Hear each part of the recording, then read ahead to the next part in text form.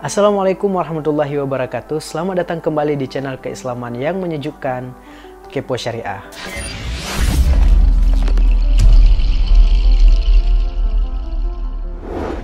Teman-teman, di video kali ini merupakan video tanggapan untuk Bang Ridwan Hanif yang membahas bagaimana membeli mobil secara cash. Perlu saya garis bawahi bahwa tanggapan itu tidak berarti harus bantahan ya teman-teman. Saya tidak membantah konten dari video tersebut. Saya sangat setuju dengan apa yang disampaikan oleh Bang Ridwan Hanif bahwa secara hitungan memang membeli cash itu lebih menguntungkan daripada kredit dan bisa hemat banyak sekali. Tapi di video ini ingin menambah perspektif saja, menambah sudut pandang bahwa ada loh kondisi yang bisa membuat pembelian mobil secara kredit itu lebih menguntungkan daripada pembelian mobil secara cash. Loh kok bisa? Penasaran? Like dulu video ini, komen dan share juga agar lebih banyak teman-teman kita di luar sana yang mendapatkan perspektif baru tentang hal ini. Nah, sebelum melangkah lebih jauh, teman-teman, kali ini saya lagi pakai baju yang bahannya cukup enak ya. Ada zipnya juga dan ya enaklah dipakai kemana aja, ringan dan gak gerah. Di sini juga ada berbagai warna sama berbagai kebutuhan ya, bisa dipakai untuk kenyamanan berolahraga juga. Nah, jangan ketinggalan, nanti cek aja linknya di deskripsi video ini. Oke, kita balik lagi ke pembahasan bagaimana membeli mobil secara kredit tapi lebih menguntungkan daripada membeli secara cash. Ini merupakan perspektif yang berbeda teman-teman. Jadi harapannya coba teman-teman ikuti dari awal pelan-pelan agar dapat gambaran yang lebih lengkap. Saya ingin menjelaskan bahwa pembelian mobil itu ada beberapa metode ya teman-teman. Ada cash tentunya. Cash itu ya beli tunai, langsung bayar dan kita bawa mobilnya, selesai. Masalah administrasi itu di belakang lah gitu ya. Ada juga pembelian kredit. Nah, pembelian kredit syariah ini seperti apa?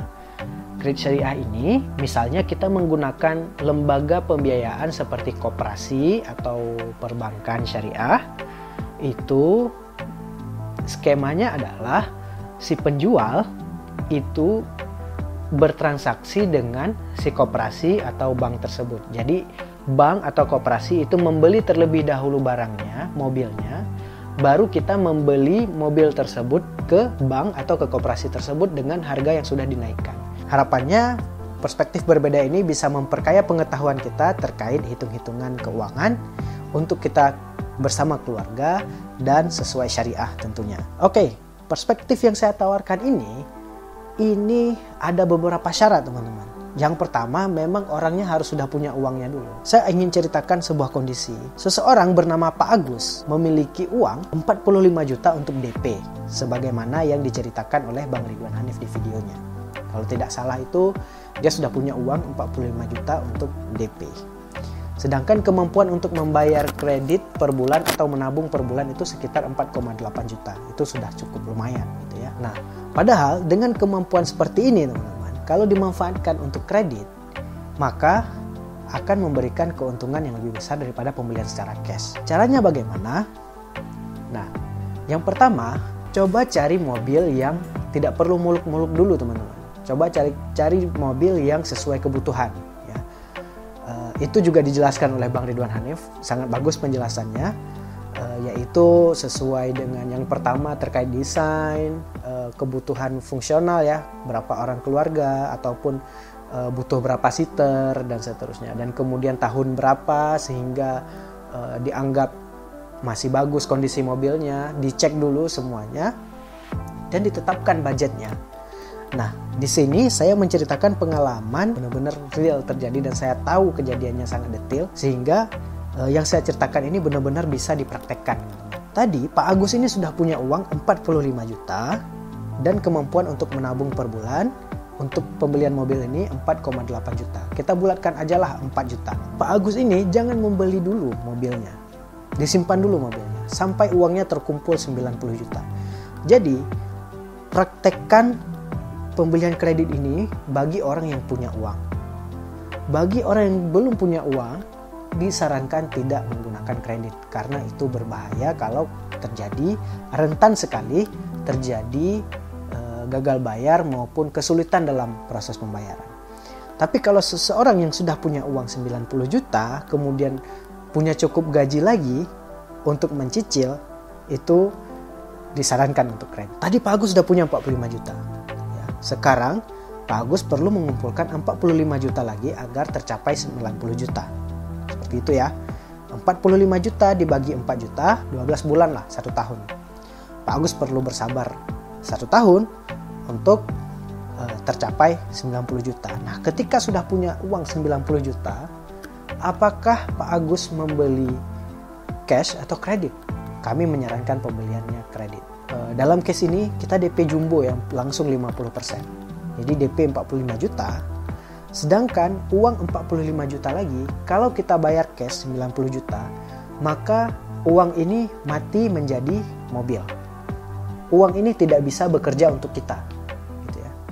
Nah, bagaimana uang 45 juta lagi yang di luar DP ini harus bekerja untuk kita sehingga dalam pelunasannya dengan tenor 3 tahun itu menghasilkan return yang lebih besar daripada bagi hasil yang kita bayar ke koperasi tersebut. Akan membayarkan 90 juta ke penjual, kemudian kita bayar DP ke koperasi 45 juta, sedangkan sisa 45 juta kita investasikan ke instrumen investasi yang menghasilkan return lebih dari 10% per tahun. Nah, kalau kita lihat hitungannya di sini, tentu saja terlihat bahwa return dalam 3 tahun, tenor dengan koperasi tadi adalah 3 tahun teman-teman ya, 3 tahun dan dengan bagi hasil 20%, jadi koperasi hanya ngambil 10 juta. Jadi kita membayar 10 juta, tapi kita return yang kita dapatkan dalam 3 tahun adalah 14 juta, jadi kita untung 4 juta rupiah. Dan kabar baiknya, uang ini masih bekerja untuk kita sebagai aset kita dan terus menghasilkan berlipat-lipat di tahun-tahun berikutnya.